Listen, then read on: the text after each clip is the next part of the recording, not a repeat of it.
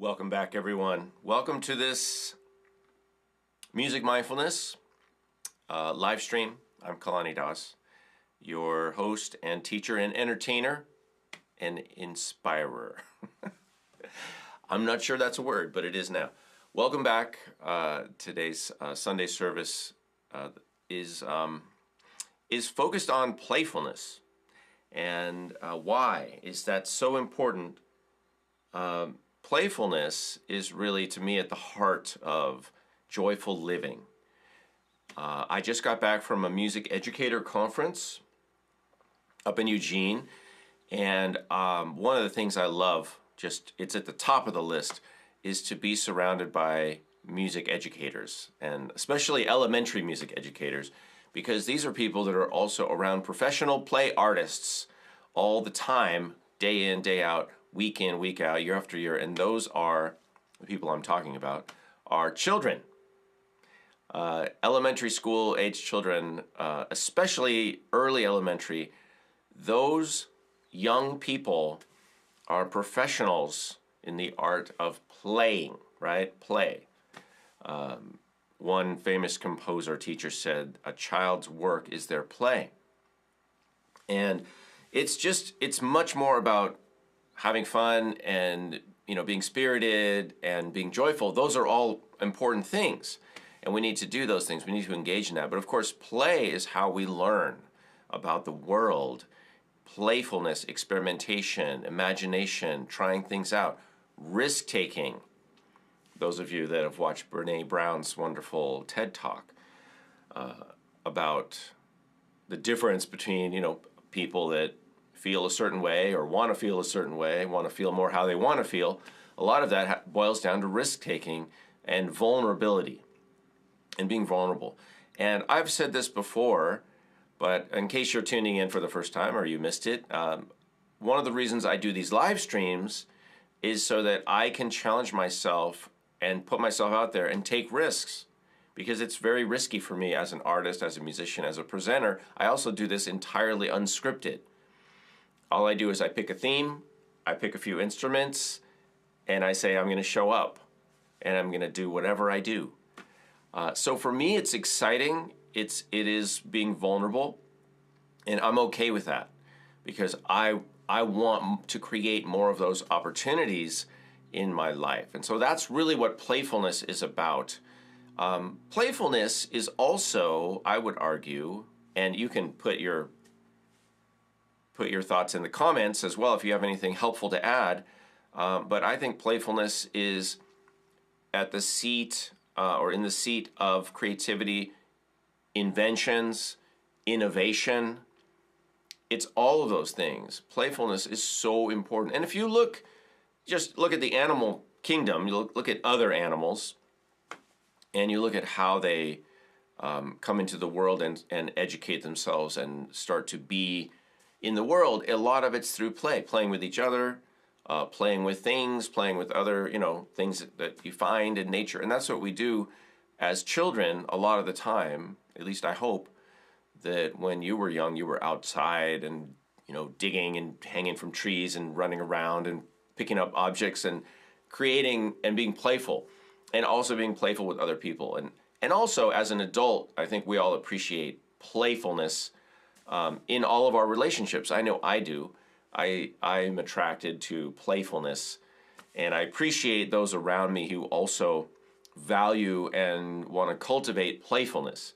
And that could be, joking around, even if they're dad jokes, making an effort to just have fun and be light-spirited, lighthearted, and not take life so seriously all the time. Because I think people that lose their playfulness, their ability or capacity or desire to be playful, often experience life as drudgery and have kind of a heaviness, about them, and a seriousness. And I think that's sad. I think it's unfortunate. It's also unfortunate that in today's world, a lot of our authority figures, whether they be, politicians or preachers or, learned people, take on such a serious note a lot of the time. I've never met him, but my understanding that the Dalai Lama is one exception to that. I've also seen Sri Sri Ravi Shankar speak. He's very jovial and lighthearted. And I think you can do both. I believe you can be focused on serious things and you don't have to act serious about them. In other words, you can still maintain a lightheartedness and teach and talk about and experience things that are very profound and deep, like mindfulness and music and what it means to live fully and cultivate spiritual wealth, which is another area, another thing that I advocate for all of you and for myself, is to cultivate spiritual wealth. And what do I mean by that? It's kind of like what I've been talking about. Your capacity for playfulness, your capacity to tap into the beauty around you in the world, go out and observe and appreciate the beauty, to experience the feeling of aliveness that's inside you. If you can't do that, you're not cultivating spiritual wealth. Spiritual wealth is not about money in the bank. It's about joy and of aliveness feeling inside of you, and being able to tap into that and appreciate it and feel it, be in your life. Be in your life, show up in your life, not as a worrier or planner or somebody who's, trying to figure out how much money do I need to retire comfortably. Those are all okay things to do. It's okay to plan. It's okay to, want to have money in the bank. But if you become a slave to that stuff, then you have no spiritual wealth. At the same time, if you cultivate those things and you feel good, you feel alive, you're activated, you're motivated, you have joy, even if you don't have a lot of money in the bank, you can be spiritually wealthy, and that's something that you cannot buy. So a lot of people, and right now I'm just thinking about the late Steve Jobs, right? Very, very famous, very successful business person, very driven, and I'm going to paraphrase right now, but one of the things that I believe he was talking about towards the end of his life was that he mentioned, and you can look up this in more detail, but he mentioned that he wished he had spent more time cultivating relationships and, I guess, making music, dancing, singing, being with people, doing the things that don't cost a lot of money, but that bring us so much joy and that are important for our humanity and our spirituality. So there's lots of things that you can do. You don't need anyone's permission. You don't need to pay anybody. You don't need to take a special class. You don't have to pay money. You don't have to go to a special place. You don't have to wear special clothing or say certain things or burn certain incense. You don't have to do any of that stuff. And you can cultivate your own spiritual wealth through, I would say one of the best ways to do that is through playfulness. And so think about for yourselves, what can I do today, right now? What can I do with the things that are around me to experience playfulness? And that could be through music, dancing, art making, conversation, comedy, humor. There's all sorts of different ways to be playful. But I think it's just important, I believe it's important to cultivate your capacity for playfulness. And so the other group of people, besides young children, that I appreciate them so much because they're just professionals. They're so good at it and they value it. And you can see that. The other group of people besides children that I really appreciate their playfulness is older adults, because they're free. They worked their life. Maybe they're retired now and they're relaxing, they're having fun. And I love being around older people because they're so funny. They don't care what you think about them. They're not trying to impress you. We're done with that. All that stuff that starts in your teenage years where you become super self-conscious about your, what are you wearing? What words are you using? How do you act? All that stuff. And then you build up you go through your working years, your career life, and there's a lot of social pressure, there's a lot of worrying, a lot of trying to please people and don't say this and do it right. But then after that's all over, you can do whatever you want. And so that's why I also appreciate older adults, a lot of our older folks, because they're just precious. We have to take care of them, but they can take care of you if you just go have a conversation with an older adult and joke around. They can take it. They're tough. I like to give people a hard time a lot of the time because it's funny. We have fun, in a joking way, in a good-hearted way. All right. So that's the message for this week, folks. Playfulness in music. What does that look like? It looks like trying things out, taking chances, being vulnerable, and just one last thing. If you practice that in music, if you practice playfulness in music, trying things out, being vulnerable, going for it, then you get good at doing those things. And if you're good at doing those things in music, you get better at doing them in life too, in your life. And what I find is that the more risks I can take in music making, it just allows me the headroom and the leeway and the I don't really care what you think so muchness to live the way I want to live. And because I'm not worried about what other people say or think so much about what I'm doing, because I'm doing what gives me joy. And I know a lot of us have new pressures, new social pressures with social media and things. It can feel restrictive and like everybody's watching you and judging you all the time, and that's a horrible feeling. I wouldn't want that for anybody. So that's what I would recommend, is just use an art form, use music, dance, art making, something, humor, to cultivate your own capacity, not only to be playful, but to allow yourself that playfulness and not take it to heart, not take things personally when other people don't have the capacity to join you in your own playfulness, because that's on them, right? That's not on you.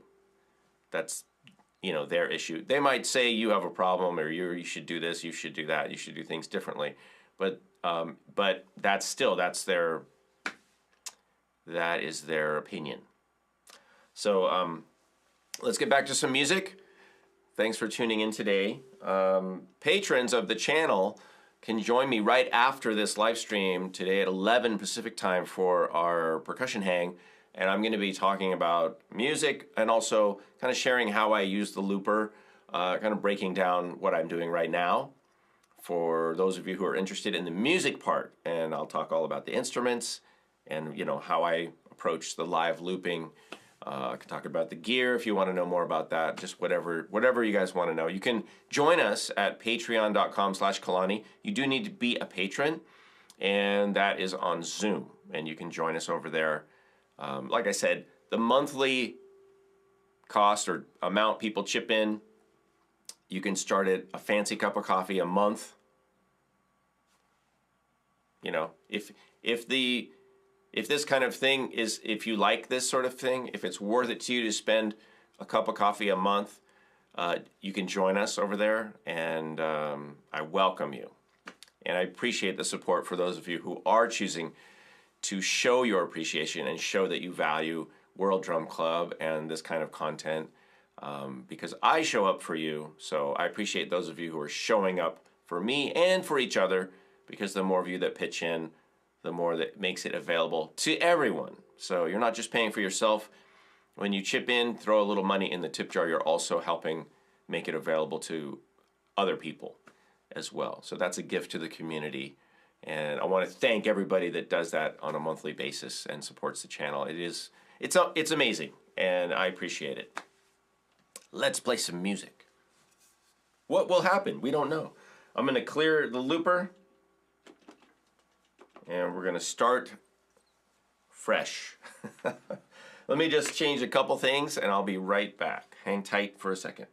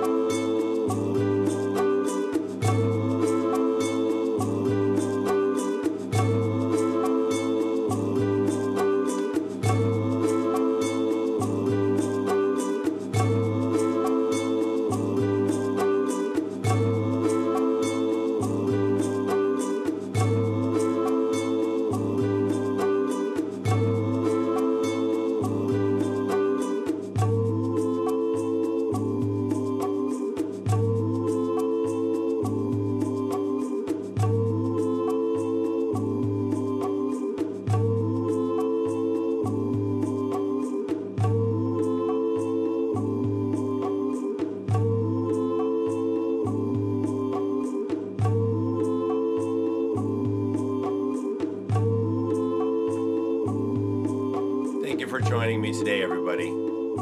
I'll see patrons in the Percussion Hang coming right up at 11 Pacific Time. I'm Kalani, this is World Drum Club. This is Music Mindfulness. Today's theme was Playfulness. See you next time.